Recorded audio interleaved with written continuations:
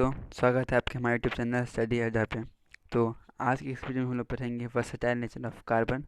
जैसा कि हमने लास्ट वीडियो में पढ़ा था electrons of carbon covalent bond. ये हमारा चैप्टर का कार्बन कंपाउंड का पार्ट 2 रहेगा। चलिए हम लोग स्टार्ट करते हैं। जैसा कि हम लोग चैप्टर 1 लास्ट में पढ़े थे कि हमारे अर्थ क्रस्ट पे 0.02% कार्बन पाए जाते हैं। इतना कम परसेंट कार्बन पाए जाने के बावजूद भी कार्बन के इतने सारे कंपाउंड हमारे पाया जाता है हमारे अर्थ पे। जितना सब एलिमेंट 117 एलिमेंट मिला के कंपाउंड नहीं पाए जाते, उतना कार्बन अकेला के कंपाउंड पाए जाते हैं। इसका क्या रीज़न है कार्बन के सारे कंपाउंड पाने का या हमारे बुक में इसके 2 रीज़न दिए गए हैं।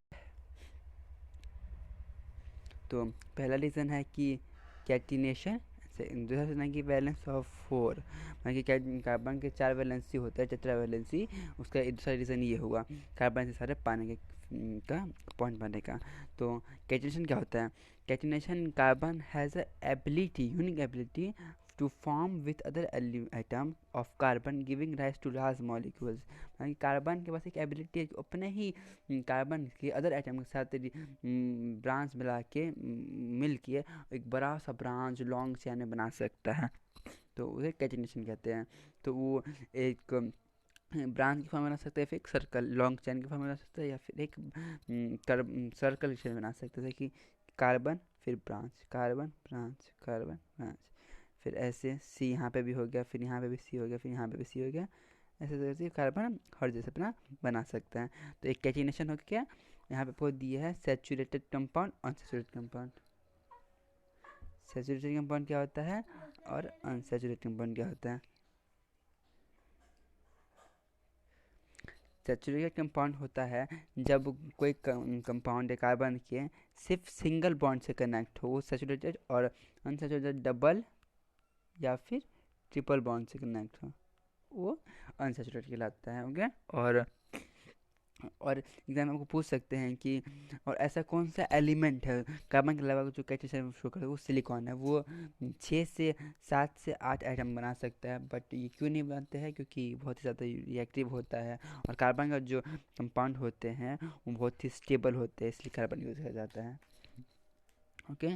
और फिर दूसरा जन है टेट्रावैलेंसी, कार्बन के 4 वैलेंसी होने का। तो हम लोग अब पढ़ते हैं, इसमें है कि कार्बन का 4 वैलेंसी हुआ तो 4 कार्बन जो 4 अदर एलिमेंट के साथ रिएक्ट कर सकता है।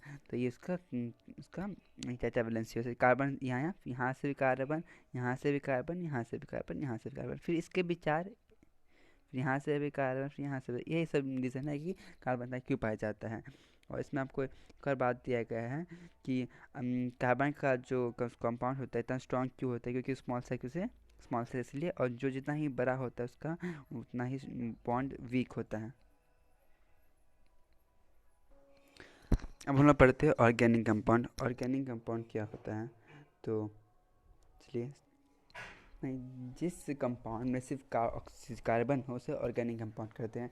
इसीलिए क्लास 11th में एक सब्जेक्ट ही है ऑर्गेनिक कंपाउंड। चलिए हम लोग पढ़ते हैं। इसमें दिया है कि कार्बन का इतने सारे पाने को दूर एक ट्रावलेंसी, एक कैटिनेशन, दूसरा हमने यहाँ पे पढ़ लिए हैं। और इसमें एक एक्स्ट्रा दिया है कि विचल फोर्स का थ्योरी किसने दिया था? उसका नाम है फेडरिक वॉलहर। यहाँ पे आपको दिया फेडरिक वॉलहर, इसका आप नाम याद कर लीजिएगा। विचल फोर्स का थ्योरी इन्होंने दिया था। और इन्होंने क्या किया था? इन्होंने एक यूरिया बनाया था, इसका नाम था एमोनियम साइनेट। इसका फॉर्मूला था NH4CnO। फार्मूला हो गया एमोनियम साइनेट का। म्यूचुअल फोर्स में क्या था कि उन लोगों का मानना था कि जो कार्बन कंपाउंड होते हैं उसी नेचुरल तरीके से लिविंग सिस्टम से ही फॉर्म हो सकते हैं, पर उन्होंने ये यूरिया बनाया था जो कि एक्सपेरिमेंट के थ्रू बनाया था। इसे ही एमोनियम साइनेट एक फार्मूला दिया है। एमोनियम साइनेट फार्मूला बता दिया, और यहाँ पे सैचुरेटेड अनसैचुरेटेड दिया। ये तो हमने पढ़ लिया है। डबल बॉन्ड, ट्रिपल बॉन्ड और सिंगल बॉन्ड होते हैं, ये पढ़ लिया। चलिए हम लोग आगे। इसके बाद आता है हमारा ये हाइड्रोकार्बन। हाइड्रोकार्बन क्या होता है? जिस कंपाउंड में सिर्फ हाइड्रोजन और कार्बन हो से हाइड्रोकार्बन कहते हैं। हाइड्रोकार्बन 2 तरह के होते हैं, एसाइक्लिक और cyclic. Acyclic open chain compound, close chain compound. जो कंपाउंड बने वो ओपन हो तो वो एसाइक्लिक, और जो क्लोज हो एसाइक्लिक। हम लोग एसाइक्लिक पढ़ते हैं अभी। उसके सैचुरेटेड अनसैचुरेटेड, हमने सैचुरेटेड पढ़ लिया, जो सिंगल बॉन्ड हो सैचुरेटेड, अनसैचुरेटेड जो डबल या ट्रिपल बॉन्ड हो वो अनसैचुरेटेड। फिर सैचुरेटेड में अल्केन्स रहता है, फार्मूला आपको दिया है, ये फार्मूला आपको याद कर लीजिएगा। और अल्केन्स का फार्मूला और अल्काइंस का फार्मूला, तीनों का फार्मूला, इससे आपको कंपाउंड बनने के लिए तरीका मिलेगा पहचानने के लिए। चलिए हम लोग पढ़ते हैं कंपाउंड का आगे क्या होता है, ठीक है। चलिए स्टार्ट करते हैं। ये कंपाउंड के दिए हैं आपको प्रीफिक्स कार्बन कंपाउंड के कि आप कैसे बना सकते हैं, तो इसको याद कर लीजिएगा। पहले नंबर पे मिथ, फिर इथ, फिर प्रॉप, फिर बट, पेंट, हैक्स। तो हैक्स तक याद कर लीजिएगा, तो हमारे एनसीईआरटी में हैक्स तक ही दिया है, याद कर लीजिएगा। जैसे कि हुआ मीथेन, मिथ ANE, तो ANE हुआ मतलब कि वो हुआ आपको अल्केन। ANE हुआ अल्केन का फॉर्मूला क्या होता है, CnH2n+2। तो मीथेन का फॉर्मूला हो जाएगा C, और इसका H2CH4। तो हम लोग समझा, इस फॉर्मूला पे हम लोग बिठा सकते हैं, 1 को हम लोग एन पिक की जगह बिठा सकते हैं, n=1। इथ का हुआ n=2, प्रॉप का हुआ n=3। इस तरह से हम लोग फॉर्मूला बना सकते हैं। हमारे एनसीईआरटी में दिया है एक सीट, चलिए इसका हम पढ़ते हैं। तो ये सब अल्केन ग्रुप्स के हैं। जैसे मैं बता था अल्केन ग्रुप में लास्ट में ANE है, तो ये भी alkane, ethane, propane, butane, pentane, hexane. Ethane n=1 होता है, तो यहाँ पे CH4 फॉर्मूला दिया है। इथेन का C2H6, n=2 है, n=2, तो हम फॉर्मूला बैठा दिखाते हैं, CN, तो N2 हो जाएगा, फिर H2+2 बन जाएगा C2H6। इथेन का फॉर्मूला ऐसे ऐसे ये बनते रहता है। तो ये अल्केन का हो गया। अगर अल्केन्स का हुआ तो ई लास्ट में ENE लग जाएगा, और अगर लास्ट में EN हो जाएगा। इसी की मीथेन है तो उसमें अल्केन में इथ से शुरू होता है, मिथ से नहीं होता, तो इसको हो जाएगा मिथेन। और वो अल्काइन हुआ तो इथ आइन हो गया। ऐसे ही प्रोपाइन, बुटाइन, पेंटेन। यहाँ पे आपको स्ट्रक्चर दिया, स्ट्रक्चर बनाना अब सीख लीजिए। हमको एक स्ट्रक्चर बता दिखाते हैं, ठीक है।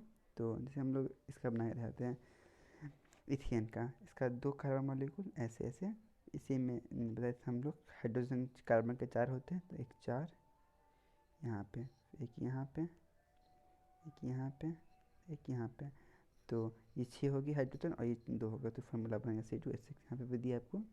चलिए ठीक है, हम लोग आगे बढ़ते हैं। उसके बाद आपको यहाँ पे एक वर्ड दिया है आइसोमर्स। आइसोमर्स क्या होता है,